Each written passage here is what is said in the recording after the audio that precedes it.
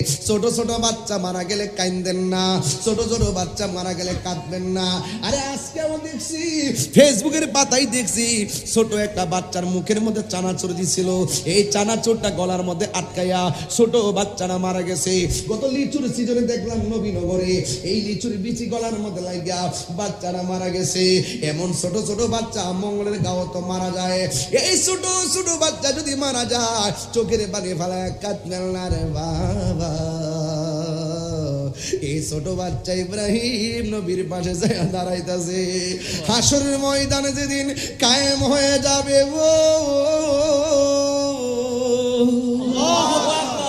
ওই মুসিবতের সময় আমার আল্লাহ ছোট ছোট বাচ্চারা ডাক দিয়া বলবে, এ বাবা রে, ছোট ছোট বাচ্চারা আমার আল্লাহ ডাক দিয়া বলবে, এ আমার বান্দারা, আজকে সবার হিসাব হবে, হিসাব হবে, মিজানের পাল্লা টান দেওয়া হবে। তোমরা তাড়াতাড়ি ফুলসিরাটা পার হইয়া বিনা হিসেবে জান্নাতে চলে যাও। এই ছোট ছোট বাচ্চাগুলো বলবে, আল্লাহ সারাটা জীবন ইব্রাহিম নবীর পাশে খেললাম, এখন হাসরের মধ্যে খেলা শুরু করলাম, এখন তুমি আমাদের জান্নাতের ঘরের মধ্যে যাওয়ার জন্য বলতেছো। ও আল্লাহ, ও আল্লাহ, আমার আম্মা কই?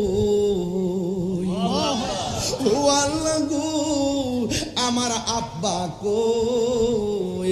জন্মের তোরে একটা বার দেখা জান্নাতে যায়। আল্লাহ বলবে তোমার মা জাহান্নামে। এবার বাচ্চা ডাক দিয়ে বলবে, আল্লাহ মেহেরবানি করে আমার আম্মারে আমার সঙ্গে জান্নাতে দিয়ে দাও না।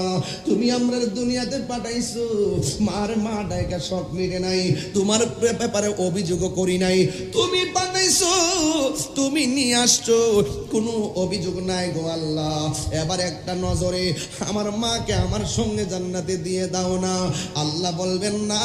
এবার বাচ্চাগুলা ডাক দিয়া বলবে, আল্লাহ আমাদেরকে মিজানের পাল্লায় টান দিবা না, আমাদেরকে বিনা হিসাবে বেহেশতি বানাইলা, তবে আমরার একটা দাবি আছে, জান্নাতে যাওয়ার আগে মরণের পরে মার দেখি নাই, হাসর মাঠেও মার দেখি নাই, আমরা জান্নাতে যাওয়ার আগে গো আমার মাকে এক নজরে দেখায়া দাও না।